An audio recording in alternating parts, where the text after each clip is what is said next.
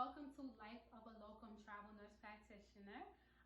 My name is Ebony for any of you guys who just joined the channel, and I am here today to talk about how I am able to travel with a dog and still go on vacation.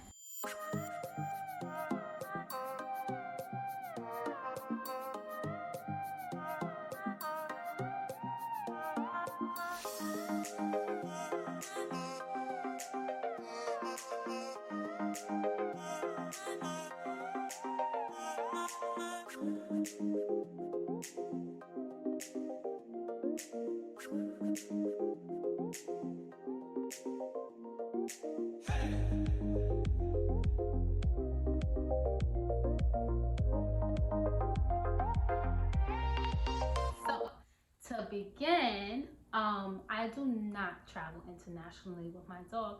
I'm a little nervous, guys. This is my first time traveling with her. Like, domestically, okay? We've done road trips and she's super duper duper calm. But this is like my first time traveling with her, like international. I mean, domestic. Like, not ready for international travel right now. Maybe we'll do a few like domestic trips, but definitely not ready for any international travel right now. So, what do I do in the meantime, right?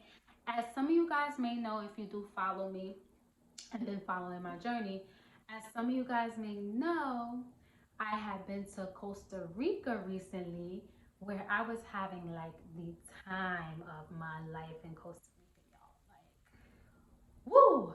I had an amazing time in Costa Rica. And what did I do with my dog then? So I use this app called Rover. Amazing app, let me tell you. So this app Rover, it acts somewhat like Airbnb. And let me backtrack there.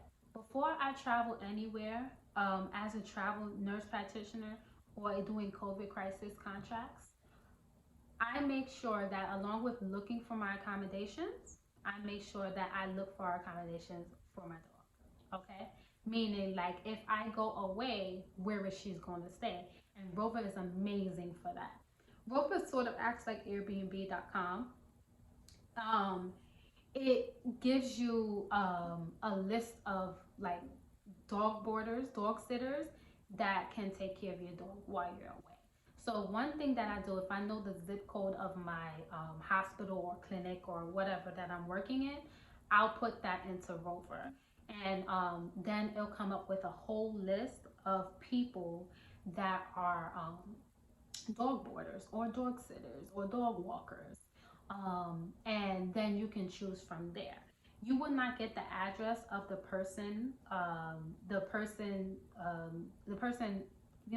address, because obviously you haven't booked. Once you booked, you would get the address. However, you'll know the distance from you, so you'll know how far it is from the hospital, or how far it is from your clinic, or how far it is from the your Airbnb or hotel. So you'll know that off the back, hands down. That's one thing that they do give to you on Rover. So you can say, this is within distance, or maybe this is a little bit too far from where I'm staying, and it might not be conducive for anything. So when I look for a personal Rover, I like to look at the reviews. I like to see what are the people saying. What are they like? Do they like the dog sitter? Did their dog feel comfortable at the dog sitter? This is all stuff that's important to me because y'all, I treat Maddie like my baby. Like, she is like my baby. I done dressed this girl up for Christmas. We done had photo shoots for Christmas. I done dressed her up for New Year's. I done dressed her up for Easter. I don't do that no more because she's 3. But when she was like 2, 3, 4 months, I was definitely doing that. Okay, so I treat her like she's my own. Like, but she is my own. But I treat her like she's a kid. So the reviews is super duper duper important to me. I need to know what these people are saying about the dog sitter. Anywho, so I definitely look at that stuff. The thing that I like about Rover is that the dog sitter is able to give a description of themselves and how long they've been taking care of dogs, or their love for dogs, or how passionate they are for dogs, or if they own any dogs of their own, the little characteristics about the dogs that they own. And Rover's, I believe Rover is amazing that you can kind of sense the personality of the person and how passionate they are for dogs. That you're like, well, I think my dog would be great in this kind of environment, right? So you get to view that as well. Another thing that's really good about Rover, that's super professional about Rover, is you're not leaving your dog with anybody that doesn't immunize their dog. One thing they would ask you is, well, where's your dog's immunization and if it's up to date with immunization. So that's one thing that is like super duper duper important. Like you have to make sure that your dog is up to his immunizations is up to date. One thing I don't do, I do not leave. I do not go anywhere without making sure my dog is immunized, like hands down. Like because I know that I travel a lot, so and I know I'm gonna have to leave her somewhere.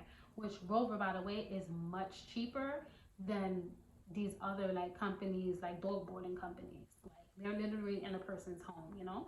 So one thing that I do is I make sure that she's up to date with her immunization in case I have to go and leave her for any reason.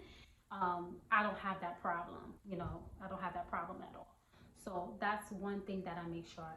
They also ask the personality of your dog and also if your dog is okay with being around other dogs and other cats. Not a big deal. If they know that your dog doesn't like to be around other dogs, they will make sure like they have like a fence or something to block your dog off for other dogs. That's if your dog has that kind of personality. Maddie is like super. She's probably done with me. You done with me? She is super friendly. She loves people. She loves children. So I try to go with like dog owners that dog boarders, dog sitters that have children so that she can play. She can be able to play with these children. She's not bored, you know, not doing anything. She's a little bit tired um, today, but I told her she has to be a part of the video with me. I know I'm crazy. But anyways, so that is one thing that I definitely make sure that I do. And they like to know about the personality of your dogs. I said that already. Okay, so what to pack?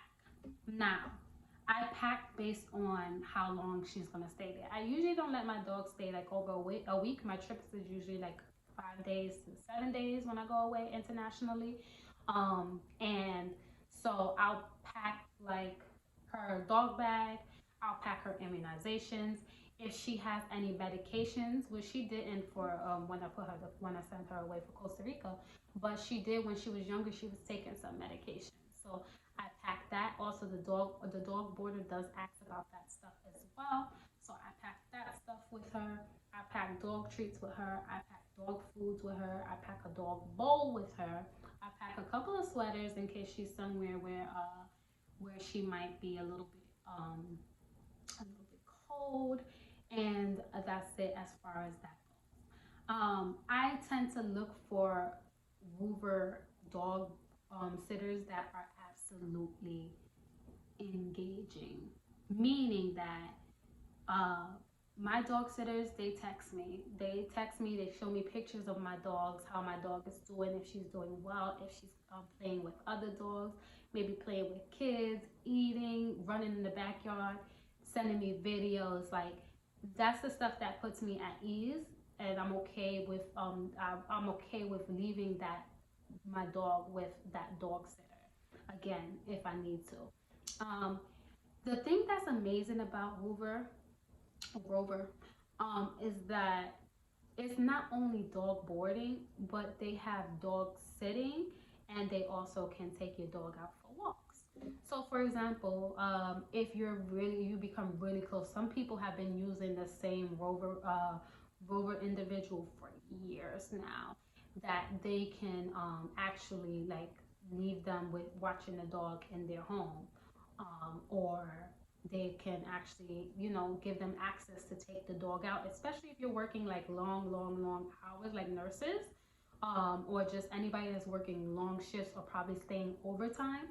Then when you feel comfortable with the Rover person that you've been with using for years now, you can be like, hey, can you swing by and just walk my dog? I'm running a little bit late, or hey, I have to go somewhere that's not too far out, but it's a drive out. Can you watch my dog for the day in my house or something like that?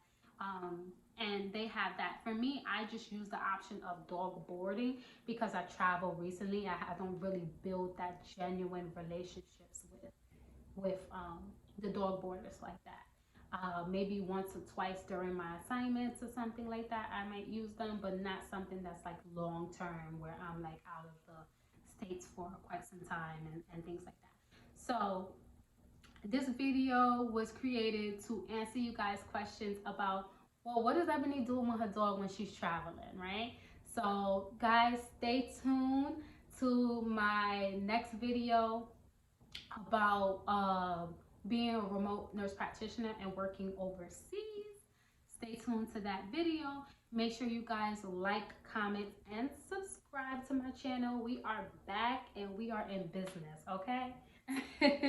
All right, guys, me and Maddie is going to go to bed now. You guys have a wonderful day.